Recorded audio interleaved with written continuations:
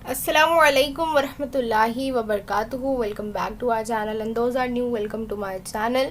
सो hopefully आप लोगों का आज का इंग्लिश का पेपर बहुत अच्छा गया होगा. कैसा गया मुझे कमेंट करके ज़रूर बताइएगा एंड होपफुली आपका पेपर कंप्लीट हुआ होगा. सो नेक्स्ट पेपर जो हमारा है वो है हिंदी का. और हिंदी के पेपर के लिए सबसे इम्पॉर्टेंट दो चीज़ आप लोग याद रखिए. पहली तो ये कि हिंदी में किताब को जो है आप लोग पूरी तरीके से पढ़ डालिए. यानी जो किताब के क्वेश्चन होते हैं या किताब में जो भी चीज़, जो भी मटेरियल, जो भी राइटिंग स्किल की क्वेश्चंस एग्जांपल्स आपको दिए वो सब पहले कर लीजिए. सेकंड चीज़ ये कि जो गाइड आप लोग यूज़ करते हैं हिंदी के लिए बहुत टाइम से जो है गाइड एक अच्छा रेफरेंस रहा है और गाइड में से काफ़ी चीज़ें पूछी भी गई है कई बार. तो इसीलिए जो है गाइड आप लोग जो भी रेफ़र करते हैं उसको बहुत अच्छे से पढ़िए. उसमें जो एग्जांपल्स या प्रैक्टिस क्वेश्चन दिए गए हैं उसको बहुत अच्छे से सॉल्व करिए. और जहाँ तक बात रही ग्रामर की, तो ग्रामर के लिए आप लोग पूरी तरीके से किताब और गाइड रेफ़र कर सकते हैं क्योंकि अक्सर करके देखा गया है कि उन्हीं में से सवाल दिए गए. ऐसा कुछ बाहर से अलग क्वेश्चन, न्यू क्वेश्चन नहीं आया. सो हिंदी का हम लोग देखते हैं, स्टार्ट करते हैं. सबसे पहले रिड्यूस पोर्शन देख लेते हैं. तो पहली इकाई में से लघु कथाएं और करमवीर कैंसिल है और दूसरी इकाई से गज़ल और प्राकृतिक संवाद जो है वो कैंसिल है. होपफुली आपको ये चीज़ मालूम होगी.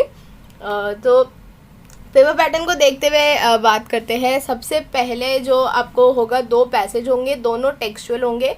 अब इसके लिए क्या करें, देखिए हिंदी है, हिंदी हमको समझ में आती है. किसी किसी को लिखने में इश्यूज़ होता है लेकिन हिंदी उर्दू जो है काफ़ी कॉमन है उनमें चीज़ें. तो इसीलिए हमको हिंदी समझ में आ जाती है. हमको स्टोरीज़ या जो भी बात उसमें बताई गई है वो याद रह जाएगी क्योंकि हमारी बोलने वाली भाषा ही है. तो इसीलिए हिंदी में जो चैप्टर्स दिए गए हैं उसको आप लोग पहले से ही पूरा रीड कर लीजिए, पूरा समझ लीजिए उसमें क्या है, उसके मानी क्या है, उसमें क्या चीज़ बताई जा रही है, उसमें किस कैरेक्टर ने किस तरीके की चीज़ें की, वो सारी चीज़ें आप समझ लीजिए ताकि पैसेज सॉल्व करने में आपको ज़्यादा वक्त नहीं जाए. यानी जब भी आप पैसेज देखें पेपर में तो पैसेज में आपको अंदाज़ा हो जाए कि अच्छा ये इस कहानी का ये पार्ट है, इसमें ये चीज़ हुई थी. फिर आप जो है एक दो बार सरसरी रीड करके जो है क्वेश्चन अटेम्प्ट कर सकते हैं. तो प्रश्न एक का और आ जो है वो दोनों भी टेक्सचुअल पैसेज होंगे. 6 मार्क के होंगे. उसमें जो है पहले 2 मार्क का आपको वेब खाका या उस तरीके का कोई क्वेश्चन होगा.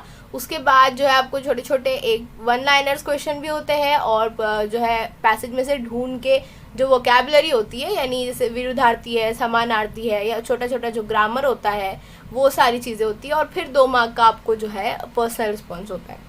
पर्सनल रिस्पॉन्स थोड़ा हिंदी में अलग आता है. मतलब मैं ऐसा नहीं बोल सकती कि जो गाइड है उसी में जो दिया है उस तरीके का ही आएगा क्योंकि पर्सनल रिस्पॉन्स जो है ना वो थोड़ा सा मोरल वैल्यूज़ भी आता है. जैसे खोया हुआ आदमी एक जो चैप्टर था उसमें जो पैसेज दिया गया था तो उस पर बेस यानी उस पैसेज में जो है उसकी आवाज़ के बारे में बताया था. तो उस पर बेस आपको पर्सनल रिस्पॉन्स क्वेश्चन दिया गया था कि मधुर वाणी जो है वो बहुत महत्वपूर्ण होती है. यानी कि अच्छी आवाज़, अच्छी बोली से जो है लोगों में असर पड़ता है.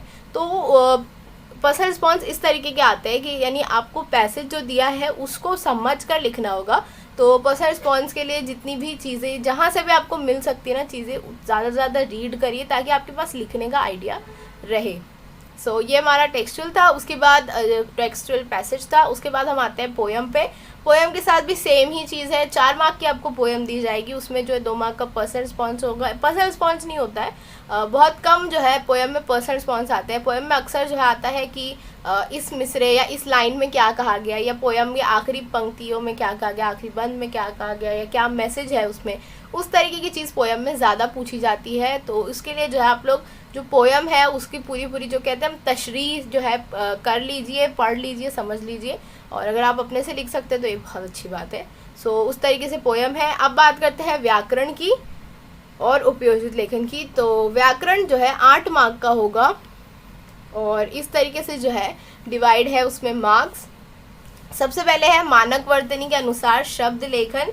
यानी आप इसे कह सकते हैं कि जो सही डिक्टेशन है उसका वो लिखना होता है. यानी जो अप्रूव डिक्टेशन है, यानी जो लोगों ने कबूल किया है वो डिक्टेशन क्या है, उस वर्ड का सही जो है कैसे लिखना है उस वर्ड को, उसको हमको अंडर, जैसे हमने मराठी में किया था कि सही शब्द जो है उसको मतलब 4 लिखे हुए थे और उसमें से जो सही लिखा है उसको पहचानना है, वो होती है मानक वर्तनी. उसके बाद आता है अव्यय. अव्यय यानी ऐसे शब्द है जैसे लिए, किंतु, परंतु, क्योंकि, बल्कि, इस तरीके के जो वर्ड होते हैं, तो इनमें से कोई एक बहुत कॉमन, यानी वो सारी चीज़ें हम अपनी डेली लाइफ में बहुत यूज़ करते हैं, तो ऐसा ही एक कोई वर्ड दिया होगा, उस पर आपको जो है एक सेंटेंस बनाना है। बहुत ईजी होता है ये भी। उसके बाद आता है संधि पहचानना। अब संधि में जो है आपको बॉक्स दिया जाता है और उसमें एक फर्स्ट लाइन में संधि विच्छेद दिया होगा और दूसरी लाइन में आपको संधि शब्द बनाना होगा। अब संधि जो है वो काफ़ी लोगों को काफ़ी टफ पड़ती है, और अभी क्योंकि पेपर में ज़्यादा डिस्टेंस नहीं है, तो आप लोगों को अगर ये चीज़ समझ में नहीं आ रही है कोई वीडियो या कोई एक्सप्लेनेशन देखकर, तो आप लोग क्या करिए, किताब में और गाइड में जितनी भी एग्जाम्पल संधि की दी गई है वो सारी पढ़ लीजिए, वो सारी समझ लीजिए। संधि विच्छेद के वक्त मतलब जो संधि की किस्म पहचाननी होती है ना, उसमें एक ट्रिक ये है कि प्लस के बाद, यानी ऐसे वर्ड आपको जो तोड़ के दिया होता है ना, तो उसमें प्लस के बाद का जो वर्ड होता है उसमें अगर अ से आहा तक है यानी स्वर है, तो यानी वो स्वर संधि होगी। अगर क से न्य तक है तो वो व्यंजन संधि होगी, और जो विसर्ग यानी जो 2 डॉट होते हैं अगर प्लस के बाद वो दिया गया है तो वो विसर्ग संधि होगी। तो ये एक जो छोटी सी ट्रिक है जो आपको उसकी टाइप पहचानने में आसानी होगी। बट शब्द के लिए, विच्छेद के लिए जो जितनी भी किताब की गाइड की एग्जाम्पल्स है वो रीड कर लीजिए, क्योंकि उन्हीं में से जो है अक्सर करके पूछा जाता है। उसके बाद मुहावरे है। मुहावरा जो है या तो आपको अंडरलाइन की जगह पे मुहावरा चेंज करना होगा, या फिर जो है मुहावरे को दिया होगा उसको अपने जुमले में इस्तेमाल करना है 1 मार्क्स के लिए। उसके बाद आता है काल पहचानना 1 मार्क्स के लिए, और काल परिवर्तन करना 1 मार्क्स के लिए। इसके लिए मैं लिंक एक नीचे मेंशन कर रही हूँ, वो जो है आप लोग देख सकते हैं, उसमें थोड़ा आपको समझ में आ जाएगा कि ये चीज़ कैसे करनी है। और वाक्य के प्रकार भी जो है वो एक यानी 2 एग्जाम्पल आती है, 2 पहचानना होता है उसमें, और वो भी जो है उसकी भी लिंक डिस्क्रिप्शन बॉक्स में, वो दोनों चीज़ जो है आप वहाँ से चेक कर सकते हैं। वाक्य के प्रकार में एक आता है अर्थ के अनुसार यानी मानी के अनुसार, और एक आता है रचना के अनुसार। तो उस तरीके से 2 वो डिवाइड होता है और उसको जो है आपको पहचानना होता है। अर्थ के अनुसार मतलब उसके जो मानी है, यानी जो निषेधार्थक, आज्ञार्थक, इस तरीके के जो सेंटेंस होते हैं वो। और रचना यानी उसकी साख्त, उसकी बनावट जो है, तो जो मिश्र वाक्य, संयुक्त वाक्य, सरल वाक्य होते हैं, जो हम मुफर्रिद, मुरक्कब, मखलूत बोलते हैं, वो होता है। तो इस तरीके से 8 मार्क्स का ग्रामर फिक्स है हिंदी में, तो इस ग्रामर को पक्का कर लीजिए, ज़्यादा से ज़्यादा प्रैक्टिस करिए।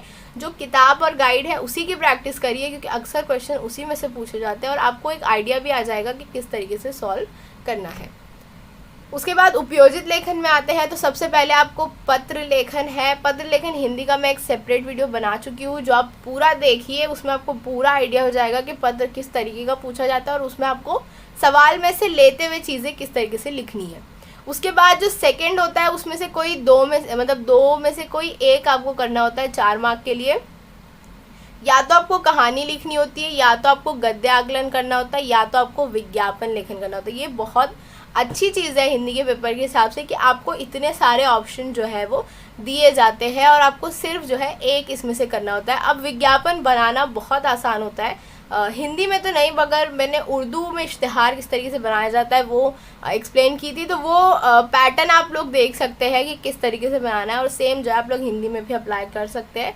बट हिंदी में सबसे आसान जो है फ़िलहाल गद्य आकलन होता है, यानी आपको एक पैसेज दिया जाता है और उसमें आपको जो है 4 से 6 सवालात बनाने होते हैं। 4 बनाने होते हैं कंपलसरी, बट 2 एक्स्ट्रा बना के आया करिए। तो 4 से 6 क्वेश्चन बनाने होते हैं, जिसका जवाब जो है पैसेज में होगा और एक जुमले में होगा।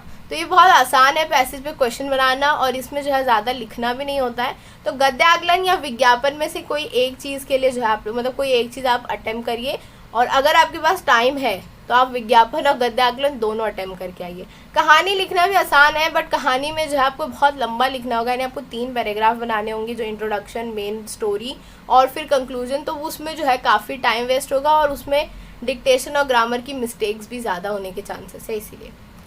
उसके बाद लास्ट आता है निबंध लेखन। तो 2 आपको ऑप्शन दिए जाएंगे, उनमें से किसी एक पर जो आपको निबंध लिखना है। कम से कम 1 पेज, ज़्यादा से ज़्यादा 1.5 पेज इनफ होगा। निबंध जो है वो इसमें एक जो है आप बीती हमेशा पूछी जाती है, जैसे मैं नदी बोल रही हूँ या मैं हवा बोल रही हूँ, इस तरीके से। तो मैंने उर्दू के वक्त जो है एक्सप्लेन किया था आपको किस तरीके से आप बीती लिखनी है। वो दोनों वीडियो, यानी कि ग्रामर का वीडियो, लेटर राइटिंग, विज्ञापन और मजमून किस तरह लिखे, चारों वीडियो मैं जो है नीचे मेंशन कर रही हूँ। वो चारों वीडियोस जो है आप लोग ज़रूर चेक करिएगा, उससे काफ़ी आपको आइडिया हो जाए। हालांकि वो उर्दू का है, मगर आपको आइडिया हो जाएगा कि आपको किस तरीके से लिखना है। So that is it with the pattern. Time management देख लेते हैं। तो पहला 1 घंटा जो है वो आपको पैसेज ऑफ पोएम कंप्लीट कर लेना है, उसके बाद के आधे घंटे में ग्रामर कंप्लीट कर लेना है और लेटर स्टार्ट कर देना है, और उसके बाद जितना टाइम बचता है वो पूरा राइटिंग स्किल में डालना चाहिए। और होपफुली हिंदी का पेपर एकदम एंड तक लिखने की ज़रूरत नहीं पड़ती, बहुत पेपर 10-15 मिनट पहले ख़त्म हो ही जाता है।